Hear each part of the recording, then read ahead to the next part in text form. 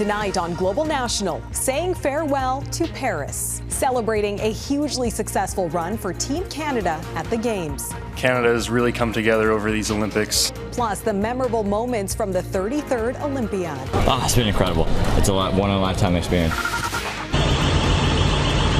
Ukraine's military hits targets deep inside Russia. Ukraine has now turned the tables to also give Russia a taste of its own medicine. But the Kremlin's army isn't taking the attacks without a response.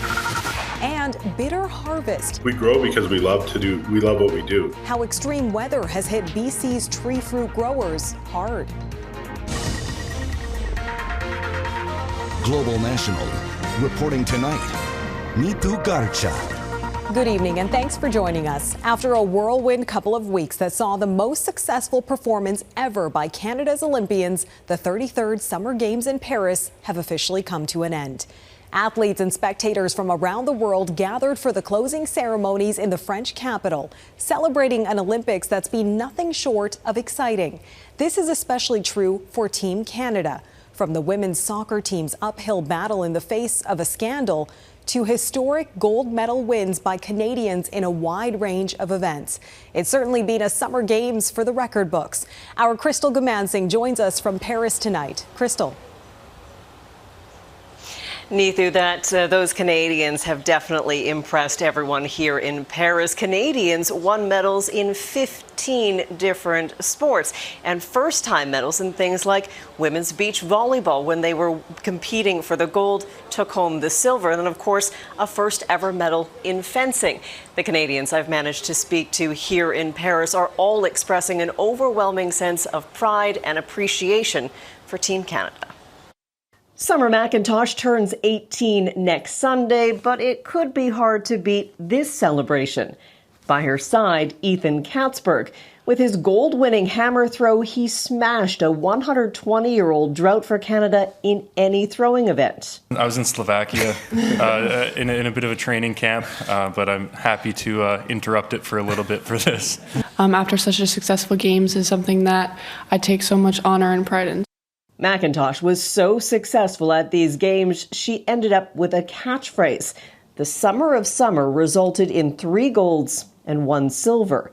Canada earned a total of 8 medals in the pool and 5 on the track. But the team's success went further, venturing into new areas like breaking. I hope these games do for everyone back home what they did for me, and that's remind us just how powerful sport can be. Canadian pride running as deep as the maple leaf is red. I couldn't be prouder to finish off the paddling event with the national anthem with a gold medal for Canada. That was your moment. That was my moment. While this crew spoke glowingly about all 315 accredited Canadian athletes, it was this canoe sprinter from Nova Scotia who got them emotional. They're Connor Fitzpatrick's family. You guys were just saying those moments where you're like, oh, for sure. I didn't mean to get you again. Being an athlete myself, I think it's really amazing to watch them at the pinnacle of their careers and be able to just show the world what they're made of. There's no contesting. There were big wins, but also some shocking lows.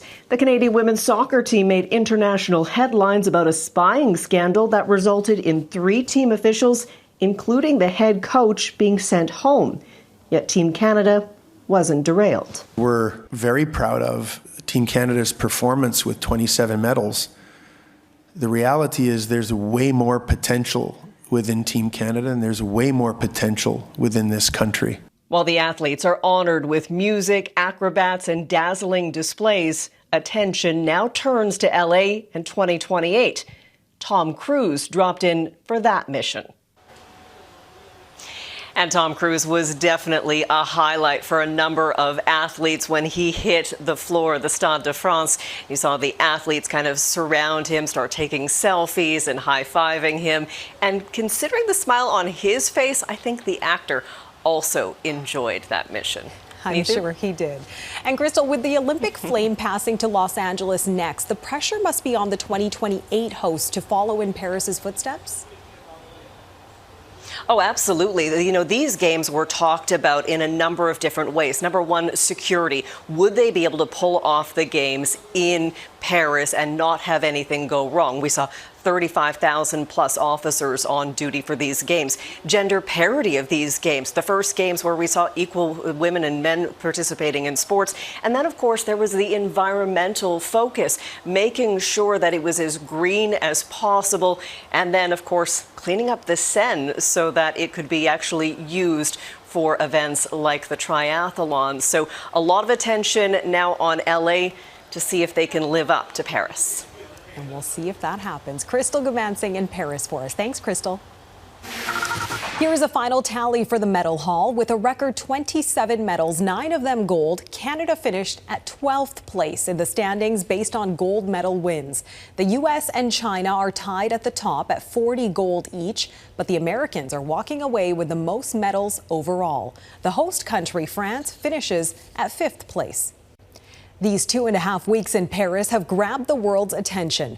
For the French, who had just come off of a divisive legislative election, it was a moment of unity and national pride, as well as a showcase to the rest of the world. There were 9.5 million Olympic event tickets sold, with spectators traveling to Paris from all over the world. Nearly 850 medals were awarded, including, of course, 27 to Canada. At its peak, there were nearly 12,000 athletes gathered at Olympic Village, where 4,000 pastries, 600 baguettes, and 3,000 muffins were served every day. Redmond Shannon recounts a successful run for Canada, for France, and for the world. It all began with worrying wobbles, train track sabotage on the opening day, rains on the Seine on the opening night, repolluting the cleaned-up river. To stage the opening ceremony on the River Seine, to swim in the River Seine, we had to face challenges, of course, but we dared it. It delayed open water swimming events and may have made multiple athletes ill. From then on, the Parisian ambition paid off, with so many sports taking place in front of spectacular backdrops. Then there was the daily parade of champions at the Trocadero, champagne-filled medalists dancing along a catwalk in front of adoring fans. The floating Olympic cauldron, another innovation, raised to the sky at sunset every evening, Parisians floating above their usual cynicism. I think it's a nice moment and I enjoy it. I was very impressed that Paris was able to do this. But let's not forget the sports. That ridiculously close 100 metres, swimming greatness from Léon Marchand and Summer McIntosh, Simone Biles' golden comeback, and Cindy Ngamba, the Olympics' first ever refugee team medalist. Boxing gold medals for Taiwan's Lin Yu-ting and Algeria's Imane Khalif shone a light on gender issues in a way that seemed to both increase understanding and misunderstanding. Pakistan was enraptured by Arshad Nadim's javelin win, the country's first medal for 32 years. And this was St. Lucia when sprinter Julian Alfred earned the island's first ever Olympic medal. But the Games are not just about winning. On Sunday, crowds roared for Bhutan's Lamo Kiza, who finished a distant last in the marathon. Viral moments included the bizarre, if not original, breakdance routine of Australia's Rachel Gunn. Other competitors were just better, but again, that doesn't mean that she did really bad. She did her best. Nonchalant Turkish silver medalist Yusuf Dikec redefined the term turkey shoot.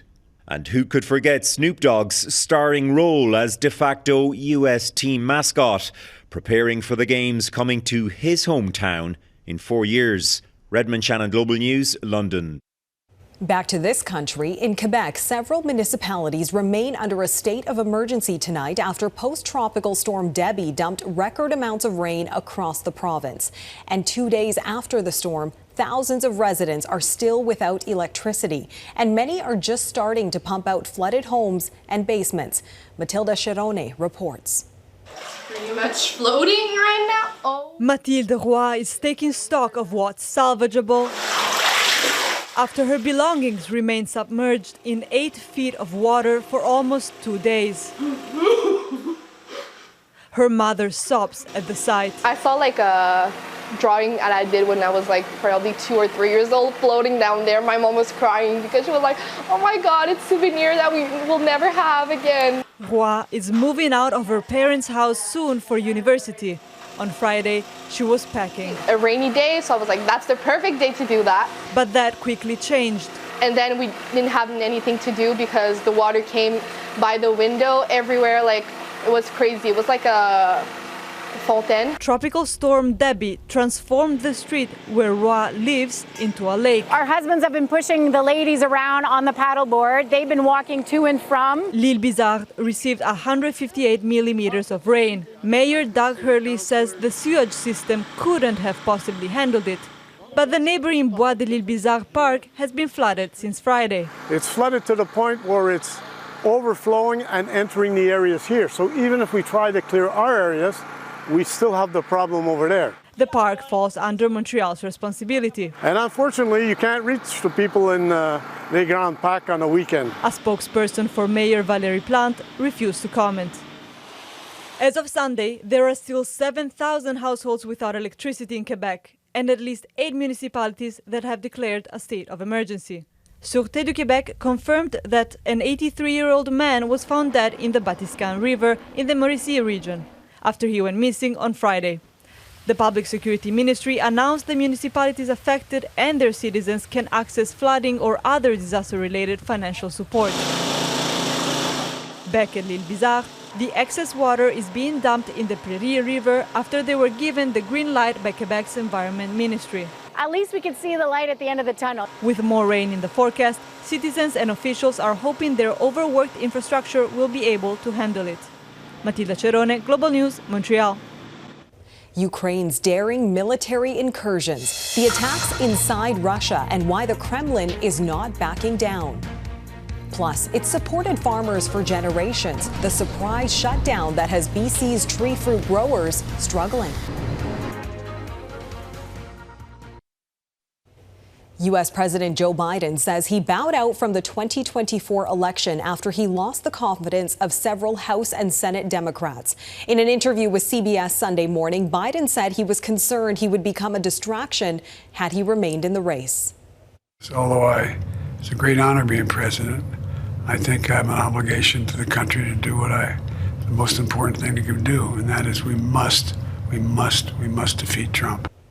Biden says he plans to campaign for Democratic candidate Kamala Harris in several states, including Pennsylvania, a key battleground in November's presidential election. Ukrainian troops have advanced close to 30 kilometers inside Russia 6 days after their surprise military incursion. For the first time, President Volodymyr Zelensky has acknowledged the attack, aiming to push the war into Russia's territory. Joe Scarpelli is watching developments for us tonight. 6 days into Ukraine's attack on Russian soil, video is emerging of a damaged apartment building in the Russian city of Kursk. Russian officials say more than a dozen people were injured after debris from a destroyed Ukrainian missile fell onto the building. Russia is right now scrambling to figure out how to respond. It comes after Ukrainian President Volodymyr Zelensky broke his silence on the surprise push into Russian territory, calling it an operation to restore justice and push the war onto the aggressor's territory. Something experts say is a major embarrassment for the Kremlin and could change how the war is viewed around the world. A lot of people were saying, well, this is stalemated, Ukraine needs to negotiate. Some people were saying, well, territorial concessions by Ukraine may be necessary in order to move towards an end here. This offensive completely blows this out of the water. Meanwhile, in Ukraine, a 4-year-old boy and his father are dead after an overnight airstrike outside of Kyiv. Ukrainian officials say 3 others were injured. It's one of many attacks setting off air raid sirens in the Kyiv region. Last night, I was at an event, and suddenly the air raid sirens went off, and we had to go into the bomb shelter. Marta Dechok is in Kyiv working on a project about how war and social media interact. The Western University political science professor says it's too early to say where things go from here, but so far she sees Ukraine's operation as a potential game changer. Ukraine has shown the world what it has been saying all along, that don't be afraid of Russia. And the Russian army, even with the numerical superiority, and they're not as strong as they pretend they are. Back in the Kursk region, Russian officials are releasing video of what they say are strikes on Ukrainian military hardware, as Moscow is promising a tough response to Ukraine's offensive. Joel Scarpelli, Global News, Toronto. Israel is tonight issuing another major evacuation order for civilians in southern Gaza. Tens of thousands are being forced to leave once again around the city of Han Yunis. Israel claims Hamas is using the area, including part of the Israeli-declared humanitarian zone, for rocket attacks.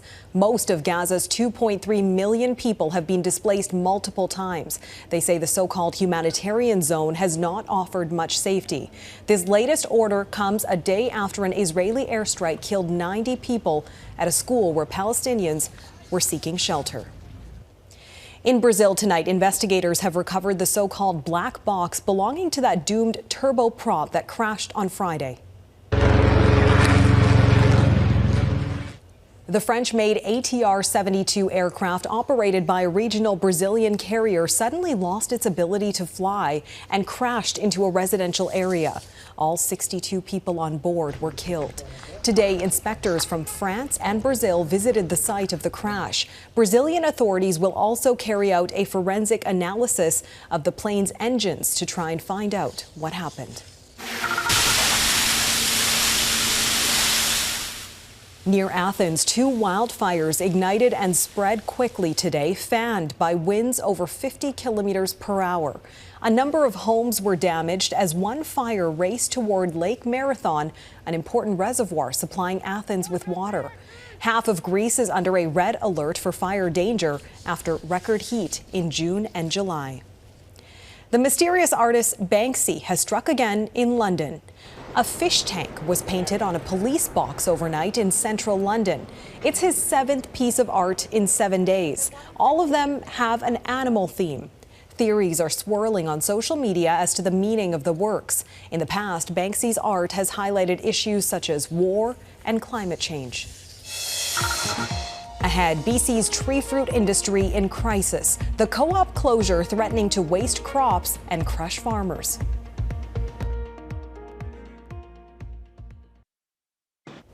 In the heart of BC's Okanagan Valley, an industry faces a bitter crisis. In a shock to local farmers, the BC Treefruit Cooperative has shut its doors, citing extremely low estimated fruit volumes and difficult market conditions. The closure leaves many farmers without a distribution channel or storage options. This means fruit that can't be packed or sold may simply go to waste. The province has promised support, including an emergency task force and a list of alternative packing facilities. However, many of these facilities are already at full capacity. BC Treefruits, a source of Canadian-grown produce on store shelves across the country and in the U.S. A once thriving industry is now at a critical crossroads, say farmers who are searching for new facilities to pack and store product. We're looking at probably upwards to 1,000 to 1,500 acres of apples that don't have a home, and they will most likely just hit the ground. Summerland BC cherry grower Deep Brar says after 4 years of challenges, from pandemic-driven worker shortages to extreme heat and cold weather events, last week's shocking collapse of the BC Treefruit Cooperative dealt the ultimate blow. And my dad started with them, and they basically taught him how to farm when he came in the 70s. In response, community initiatives like Apple Fest are emerging, aiming to connect farmers with local buyers. We're going to create a website to show everybody where you can purchase. So these grocery stores are specifically helping these small farmers. In the U.S., they've got 134 million 40-pound boxes of fruit, which is 28% increase over last year. So, they're going to flood the market too. So the government better be ready to come in to stabilize prices for the growers. Last year, the provincial and federal governments announced support to treefruit farmers in PEI. In a statement to Global News, Ottawa pledged to work closely with BC's government to support BC's treefruit farmers during this difficult time. Issues that we have, which are the same as PEI, which is the same as Ontario, but we always seem to be forgotten in the Okanagan. You think after 90 years in your family, you might have to leave this industry? I hope not, but every day it's more and more likely. We grow because we love what we do. The province confirms BC's Premier and Agriculture and Food Minister will visit the region this week. Farmers say without immediate help, there won't be a tree fruit industry left to save. Next, 9 golds, 7 silver, and 11 bronze. A final look at Canada's successful medal run. Next.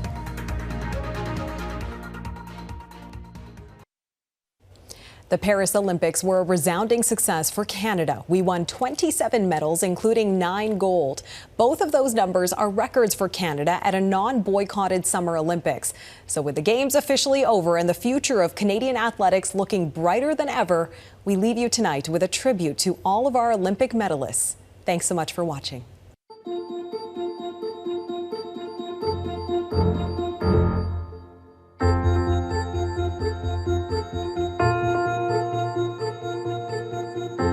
I feel like I felt the love, and I was just grateful to be on that stage, and my dream was always this, was to live off of this, was to compete at the highest level. The people I was competing against today, some of them are people that I've looked up to my entire life, you know?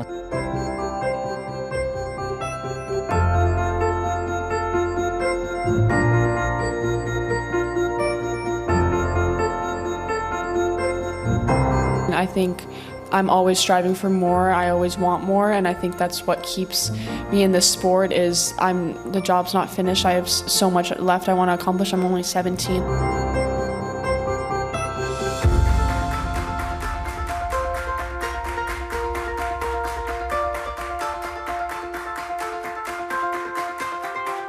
Just feels good to complete the set. I mean, Rio, bronze, Tokyo, silver, gold in Paris. I mean, it's a dream come true, man. It's a complete story. So, I mean, definitely it's something that we'll remember for the rest of our lives, and it's just an amazing feeling. It's incredible.